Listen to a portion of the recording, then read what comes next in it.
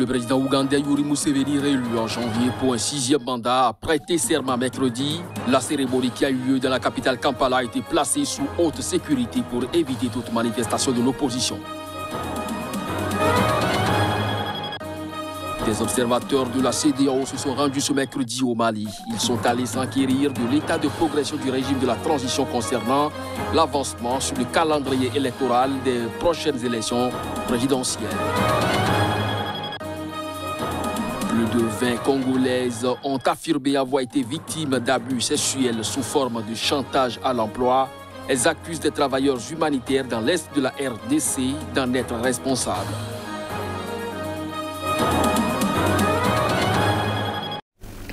C'est là les grands titres à développer ce 13 mai. Bonjour à chacun, bonjour à tous et bienvenue. Bonne fête à la communauté musulmane et également chrétienne. Des observateurs de la CEDEAO se sont rendus ce mercredi au Mali. Ils sont allés s'enquérir de l'état de progression du régime de la transition. À propos, le médiateur des États d'Afrique de l'Ouest au Mali a indiqué que les autorités de transition risquent de devoir fixer des priorités étant donné le peu de temps qu'il reste pour ramener à bien une transition censée ramener donc les civils au pouvoir début 2022. On écoute quelques réactions à la suite de cette descente. À l'issue des différentes consultations avec les parties prenantes précitées, la mission a noté avec satisfaction que des progrès remarquables ont été réalisés dans la mise en œuvre des recommandations formulées dans le communiqué final de la première mission d'évaluation du médiateur de janvier 2021. Le médiateur souligne l'impératif pour tous les acteurs concernés de continuer à faire preuve d'esprit de responsabilité et d'esprit patriotique en cette période délicate de la transition en cours et de puiser dans leur sagesse collective pour surmonter les difficultés présentes. Members of M5 were also invited and they did. Les membres du M5 étaient également invités et ils ont participé à la réunion. Ils nous ont également fait une présentation avec le président. Ils ont peut-être des raisons d'adopter cette position extrême, mais nous estimons que ce n'est pas la meilleure solution pour le Mali aujourd'hui. Dans cette période où la communauté internationale, les partenaires au développement et la CEDEAO travaillent avec le Mali, encourageons le gouvernement à réussir. Ne prenons pas des positions extrêmes.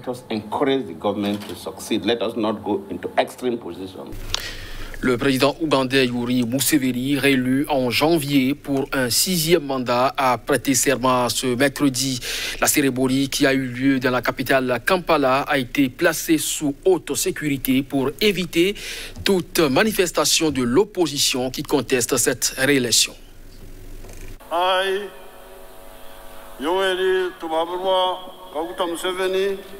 Selon les résultats officiels, Yoweri Museveni a obtenu 58% des voix lors du scrutin du 14 janvier, dénoncé comme une mascarade par son principal opposant Bobi Wine, crédité de 35% des voix. Un important dispositif de sécurité avait été mis en place pour cette cérémonie à laquelle ont assisté 11 chefs d'État africains ainsi que des représentants chinois et russes afin d'éviter des perturbations de la part de l'opposition. À ses détracteurs, Yoweri Museveni lance.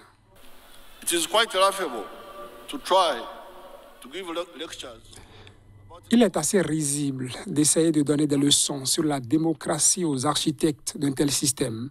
Nous avons construit ce système pour notre peuple. Nous ne cherchons ni n'avons besoin de l'approbation de quiconque en dehors de l'Ouganda.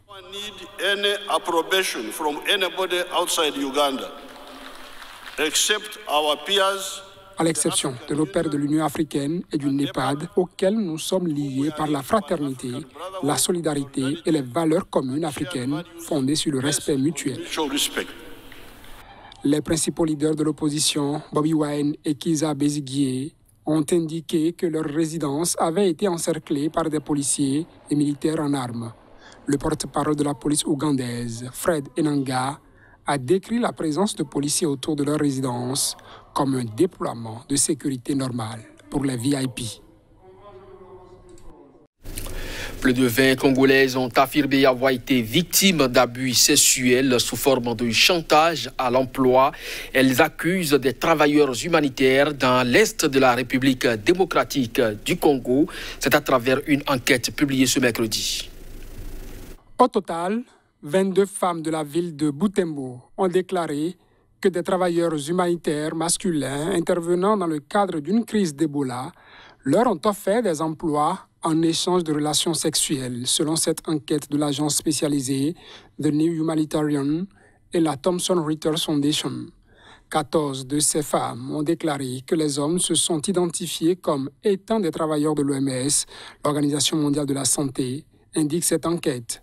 L'une de ces femmes est décédée après un avortement raté alors qu'elle tentait de dissimuler sa grossesse à son mari et à ses enfants, a déclaré sa sœur, citée dans l'enquête des journalistes.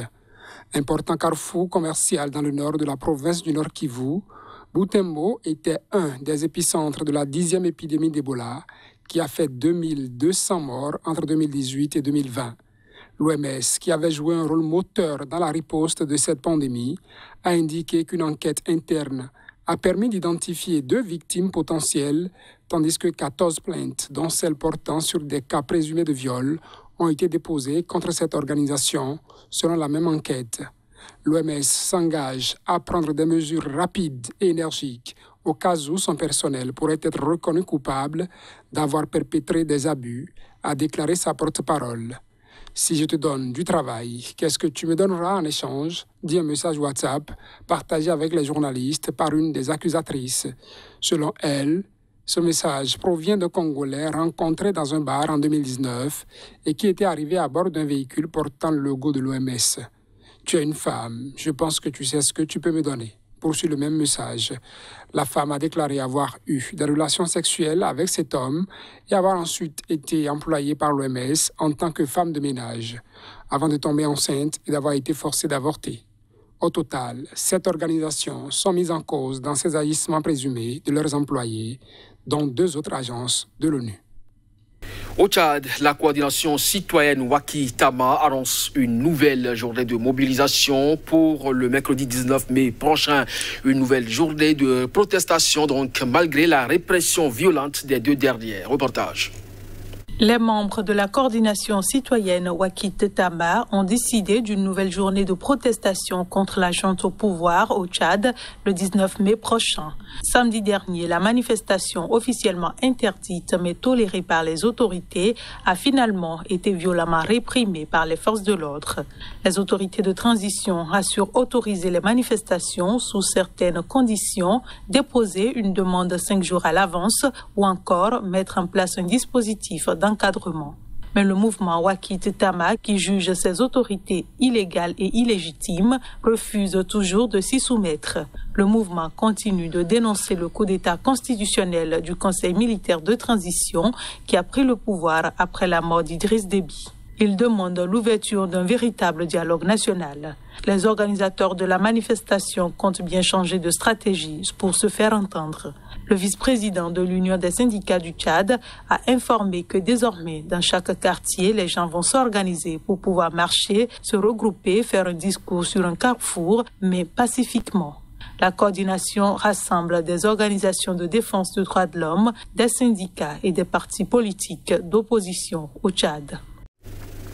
2 personnes ont été tuées à Khartoum dans la dispersion par les forces de sécurité soudanaises d'un rassemblement. Elles réclament justice pour les manifestants tués lors des protestations populaires et a conduit au départ du président Omar El-Béchir.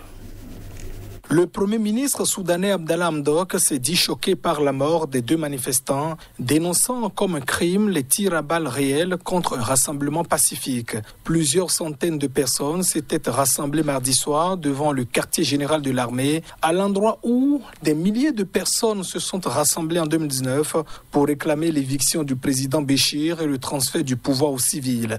La manifestation a débuté mardi, peu avant l'iftar, le repas de rupture du jeûne pendant le Ramadan. Elle marquait les 2 ans du démantèlement sanglant du vaste campement installé par les manifestants devant le quartier général de l'armée. Dans un discours, un manifestant a appelé à de nouvelles manifestations si le gouvernement ne présentait pas les résultats de l'enquête sur les meurtres de 2019 dans les prochaines semaines. La répression du sit-in d'il y a 2 ans a duré plusieurs jours et fait au moins 128 morts selon des médecins liés au mouvement de protestation. Les généraux au pouvoir à l'époque ont nié avoir ordonné la dispersion sanglante. Une enquête a été lancée fin 2019 sur les faits, mais ses conclusions n'ont pas encore été rendues. Après 3 décennies au pouvoir, Omar El-Béchir a été évincé en avril 2019, mais les manifestants étaient restés pendant des semaines devant le quartier général de l'armée pour obtenir un transfert du pouvoir aux civils. Ce sera donc tout pour cette édition. Merci à vous de nous avoir suivis. Bonne journée en compagnie des programmes de SICA. À très bientôt.